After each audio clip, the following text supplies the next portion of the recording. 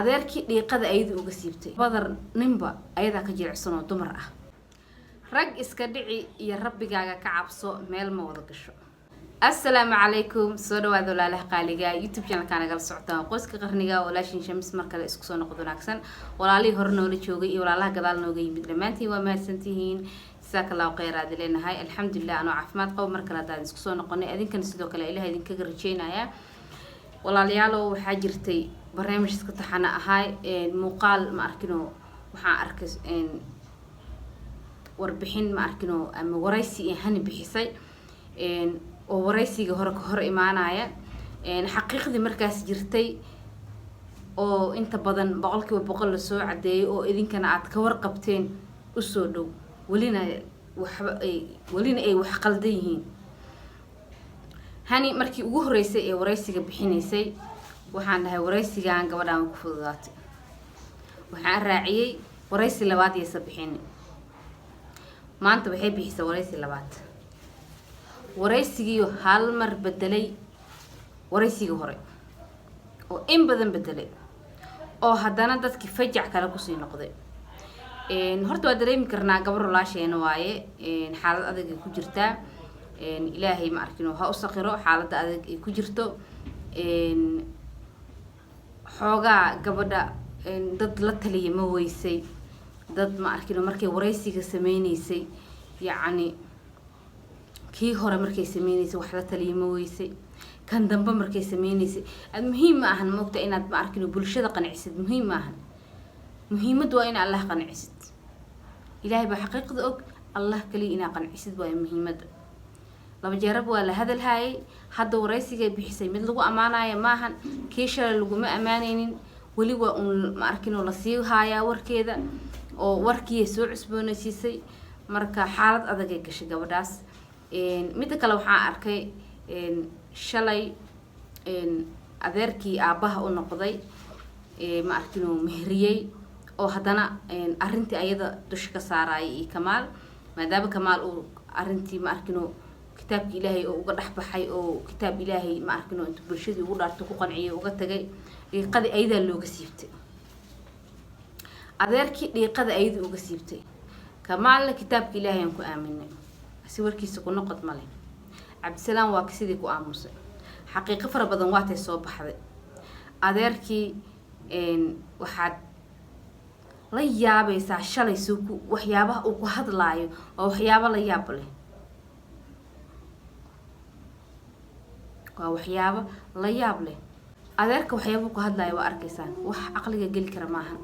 wuxuu leeyahay maxaan ku raahdaa anigaaba sixirnaayo quraan saar u baahnaa adeerkii waa arkeen soo u hadlaayo asagaaba u eg shalay qof ma arkino xoogaa la laaluushay oo jeebka loo buuxiyay maanta markii yaaba qofka adeerkii inta u tagay muuqaalka ka soo duubo antaasaan la yaabanahay intii arintan ma arkino qasneed ba haduu soo hadli waayay inuu hadda soo hadla meeheen oo muhiimada markii xaaladda kacsaneeda loo baahnaa haduu wax cadeynayo laakiin maanta inuu dhiiqo gabadhi lagu u sii galiyay meeheen qaladka uu sameeyay maxaan ku raahdaa in gabadha isla sameeyay kulli wuu ogyahay asaga qof aanan aqoon reer soos kaliya waay ma arkino ku dabiinanayo ma jiro qof hoose dhalin mas'uul ka noqonayo way iska adag tahay soo ugu bareeray kulli waa iska dareemi karaa soo ugu bareeray marka inuu hadana gabadha dhiiqo uga siibto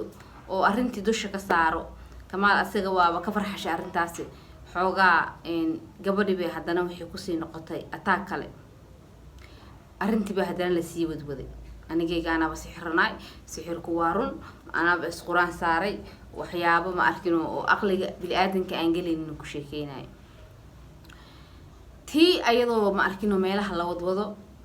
hadana waxaa imaatay waraysigan hanini aan hadda waraysi bixisay ilama qurux badneen laakiin way badhacday walina waxba qaldan saa u wada jeedaanba maxay wax u qaldan yihiinna uma soo fadhiisanin meeshaan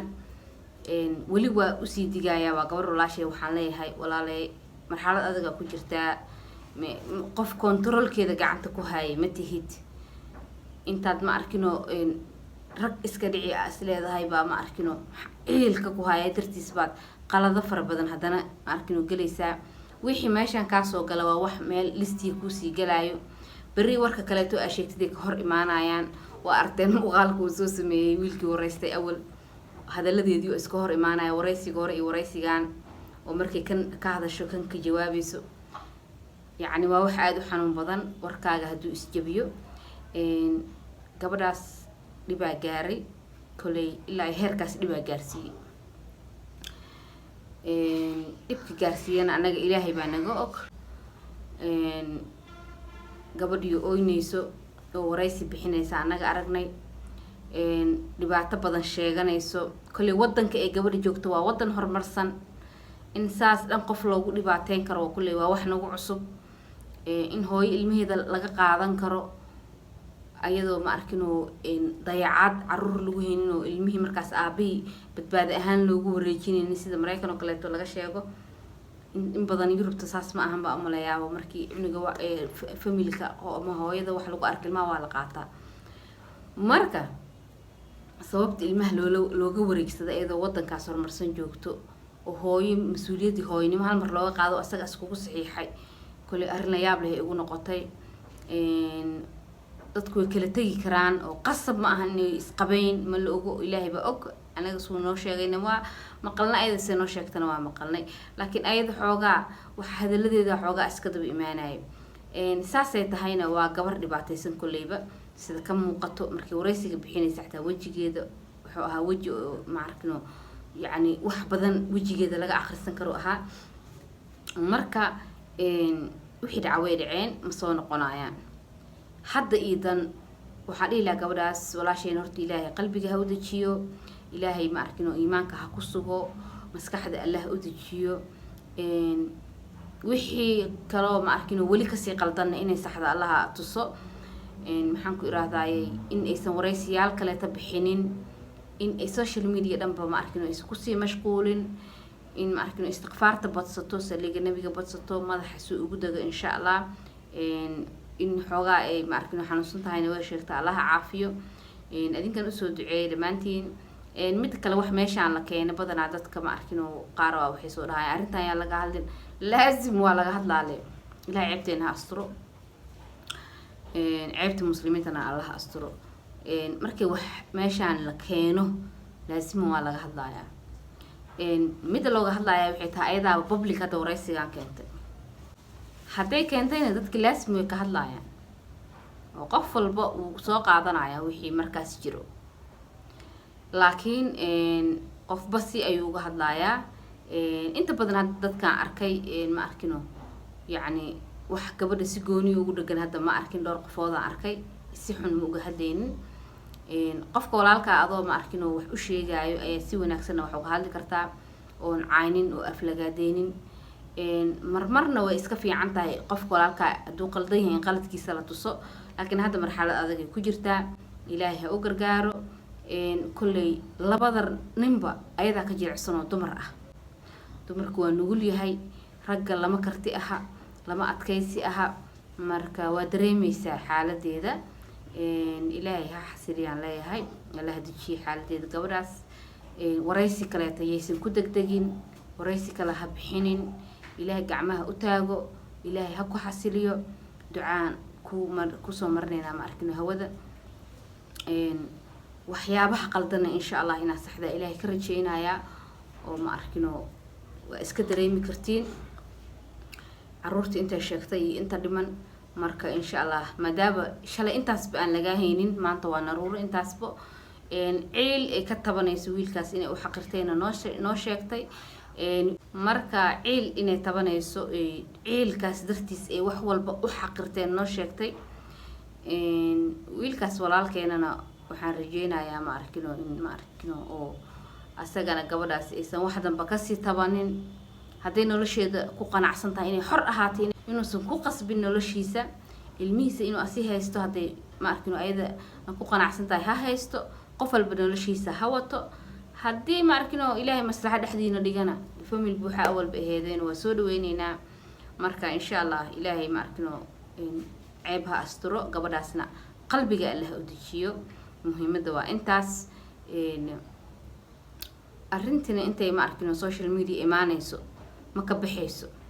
maalin ba hadii qof uu ku wareysto way soo cusboonaanaysaa arrintii marka inaa meesha ku dishid oo wareysi dambe aad bixinin aan rajeynayaa mid kale cadeymaha soo wadaa hay tiraahday cadeymihii intaas oo wax qasnaayeen imaa waayay hadda ha keenina aan ku dhihi lahaa hadda arrintii way soo afjarantay wixii qalbigaaga dhaawac gaari rabay gaare wixii dadka ay fahmi lahaayeen fahmi inkastoo Soomaalida qalbi fiican yihiin oo hore hadii qaladka ay ma arkino ka fahmeen ee gadaal ma arkino markay runta arkaan ma sha Allah ku garab istaagayaan haddana saasay tahay caday dambe inaad keenin waxay sheegtay in wiilka wareysanay dhahday meeshaan mar walba ka soo hadli doona cadeymahana waa keeni doona waalidiinteedii wax saas ah iyo warqadii wax saas ah marka wixii cadeyn ah keenaysid dadka markaas arabtid inaad ku qancisid public yeesan ahaan dadka yacni wax kala dhaxeeyaan sida wiilka dhahay waa qabaa iyo ma arkino wiilki kale oo ku qabay oo asna ma arkino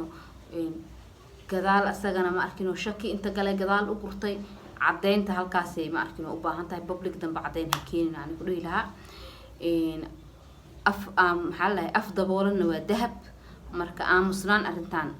ku dilan ku dhihi lahaa insha Allah laba maalin sida lagu wado waa lagu dhigayaa kuliba waxaan rajeynayaa inuu gabadha solaasheena ilaa qalbiga u dishiyo adinkana markino aad duceysiin oo la soo dhaliilin muuqaalka inta ku soo gaarteen ma santihiin muuqaalka muuqaal mid kulmeen waxaan ka tageynaa salaanta islaamka